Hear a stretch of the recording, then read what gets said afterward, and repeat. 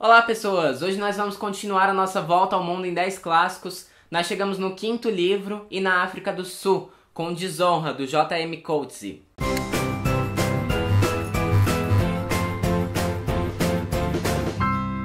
Desonra conta a história de David Lurie, que é um professor universitário que tem um caso com uma das alunas dele. Ele é acusado de assédio e demitido da universidade. E aí, como ninguém mais gosta dele por conta disso, ele acaba saindo no jornal e tal, fica mal falado na cidade. E ele decide se mudar para o interior do país, onde a filha dele mora e tem uma fazenda, porque ele quer escrever um livro. Então ele imagina que se mudando para o campo, ele vai ter um pouquinho de paz e vai poder escrever. Só que o que acontece é que ele encontra uma parte da África do Sul que ele não imaginava. Essa daqui é uma época pós-apartheid, que foi uma política extremamente segregatória e racista, que excluía os negros por uma minoria branca. E aí ele encontra pessoas muito rancorosas e perigosas, porque é uma cidade, acredito que se chama Salem, e que era muito pobre, então eles sofreram muito com isso. Bom, antes de tudo eu queria falar pra vocês que eu amei ler esse livro. Sabe aquele livro que você lê porque é bem escrito? Não importa do que tá falando, pode ser, sei lá, uma gota pingando da torneira e é interessante? É esse tipo de livro. Porque os personagens são muito bons, os diálogos são muito interessantes, são muito reais.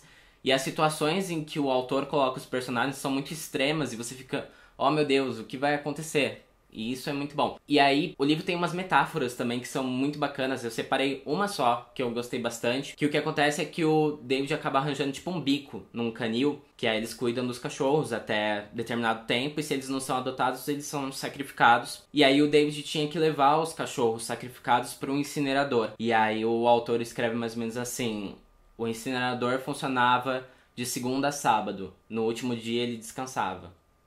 Entendeu a relação? E outra coisa que eu gostei é que apesar dele ser um clássico, que geralmente tem uma linguagem mais difícil, mais distante da nossa, isso não acontece aqui. Até porque o livro foi publicado em 99. E aí você pode ler ele em vários níveis. Não é a palavra certa, mas vocês vão entender. Porque ele é cheio de ação. Então você pode ler ele só pra se divertir, porque é uma linguagem fácil, cheio de ação. Poderia ser um Percy Jackson tranquilamente, apesar de muito mais bem escrito. E aí no meio dessas ações a gente tem as reflexões do personagem principal. E aí você pode tipo ficar brincando de misturar o que tá acontecendo, por que ele tá tendo essas reflexões e tentar pensar isso junto com as ações que estão acontecendo, entendeu? Tipo, por que ele tá pensando isso? E aí no meio de tudo isso você ainda pensa no título, que tem a desonra. Então todas as situações que ele vive, tudo que ele pensa tem a ver com a honra. Embora muitas vezes sejam tipo de lados opostos. Ele pensa uma coisa e acontece outra, entendeu? E aí você fica pensando, oh meu Deus, tipo 24 horas nesse livro. Eu gostei muito de ler, eu li muito rápido. Bom, e agora a gente entra na parte mais interessante, que são as ideias discutidas no livro. O David, ele é um personagem muito antropocentrista, né? Que é aquele tipo de pessoa que coloca os humanos no auge da vida inteligente. Nós somos os tops, os humanos são o máximo que a vida inteligente pode chegar. Só que as atitudes dele não condizem com os princípios dele. Sabe aquele negócio, tipo, o cara é ateu até o avião entrar em turbulência? Que é uma piadinha extremamente sem graça, mas enfim. Então, ele é mais ou menos assim, porque ele acha que, tipo, ele pode ser muito mais que os desejos dele, que ele é super racional e tal. Só que o David é um cara que já tá, assim, passando da meia-idade, indo pra terceira idade. Então ele tem medo da morte, ele tem medo da decadência da velhice, ele tem medo de ficar sozinho porque ele já não é mais o garotão de 20 anos que ele já foi. Então, tipo, ele acaba agindo muito como o caso que ele teve com a aluna dele, fora dos padrões do que ele pensa, entendeu? E a proposta do livro parece ser justamente essa luta entre a nossa suposta inteligência e o que nós fazemos por instinto.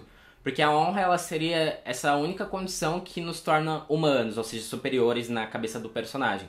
Porque, né, todos os animais têm as características que nós temos, né? Eles amam, eles sentem dor, eles sangram, enfim, eles morrem, como todos nós. Mas nós temos essa capacidade ética, de honra e tal.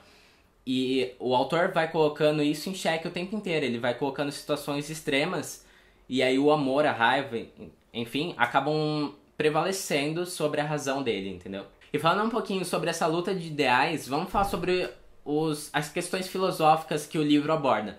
Porque ele vai falar de muita coisa, ele abre brecha para muita discussão, por exemplo, sobre existência e sobre ética. Mas o conceito mais importante da gente reparar aqui é o de liberdade. Então a gente vai pegar dois filósofos e duas situações que acontecem nesse livro para a gente dar uma comparada. O primeiro filósofo é Aristóteles, nosso querido Ari, que ele fala sobre liberdade como você fazer tudo que as suas pulsões, as suas paixões te levam a fazer. Ou seja, fazer o que te der na telha. E aí a gente tem o Kant, que vai numa direção totalmente oposta, que ele diz que liberdade é você não ser escravo dos seus desejos, você fazer aquilo que você consegue raciocinar que é certo e ter consciência que os seus desejos, suas ações, tudo que você fala e faz, tem consciência no meio em que você vive, que você não pode fazer simplesmente o que você quiser. Então percebam, gente, que apesar do princípio do David Lurie combinar muito mais com Kant, de ter consciência, de raciocinar sobre o que você vai fazer, o autor coloca ele numa situação tão extrema de medo, de solidão, que ele acaba fazendo justamente o contrário, ou seja, os princípios são testados e falham. Mesmo assim, após a mudança para o campo, o David começa a reparar em todas as pessoas que moram lá e ele quer que a filha dele saia de lá, porque ele não quer que ela viva naquele meio selvagem, entendeu? Que ele considera selvagem. Porque ele acha que ela merece mais que isso, ela é superior, ela é civilizada, enfim. E você percebe que o autor tá criticando muito esse ideal antropocentrista, porque que hipocrisia, né? Que ironia. Você acha que as pessoas são selvagens quando você, que é o civilizado, só faz o que você quer. E é interessante comparar tudo isso com a segunda situação. Porque o que acontece é que uma das personagens acaba sofrendo um estupro, a casa dela é assaltada e os bandidos, os estupradores, matam os cachorros dela. E aí o David, que é próximo dessa personagem, insiste com todas as forças que ela deveria se mudar dali, que ela ia ir pra um lugar melhor, que lá realmente as pessoas são muito selvagens e tal. E ela fala, não, ela é uma das pessoas que se mudou pro campo porque ela não se sentia bem vivendo no sistema, sabe? Vivendo com as pessoas que... Ela era uma mulher branca no meio de uma população negra dessa cidade e ela não queria contribuir, porque ela sentia que as pessoas que estavam lá no bem bom, que não estavam sofrendo, que estavam se beneficiando das coisas do apartheid, estavam contribuindo com isso direto ou indiretamente. Então ela falou, não, eu vou ficar aqui. Entendeu? E, obviamente, ela se sentiu tentada a voltar pra cidade, a ter uma vida melhor, a não ter medo de ser estuprada novamente. Mas por princípio, pelo que ela tinha decidido, ela foi firme e ela ficou, entendeu? E isso, no caso, seria honra. Isso seria Kant, você ir além do que o seu desejo, do que é mais fácil, seria. Não sei se essa palavra cabe aqui. Cabe? E o que o autor mostra pra gente com tudo isso é que uma pessoa que o David consideraria selvagem, na prática, entende muito mais dos princípios que ele segue na teoria do que ele próprio. Então, gente, eu só posso dizer que eu amei Desonra, eu vou dar 5 lampadinhas. É um daqueles clássicos que a gente lê e fica, oh meu Deus. Sabe, alguns livros são escritos no tempo certo, no momento certo, pela pessoa certa e do jeito certo. Eu acho que esse é um desses livros. Eu recomendo pra todos vocês.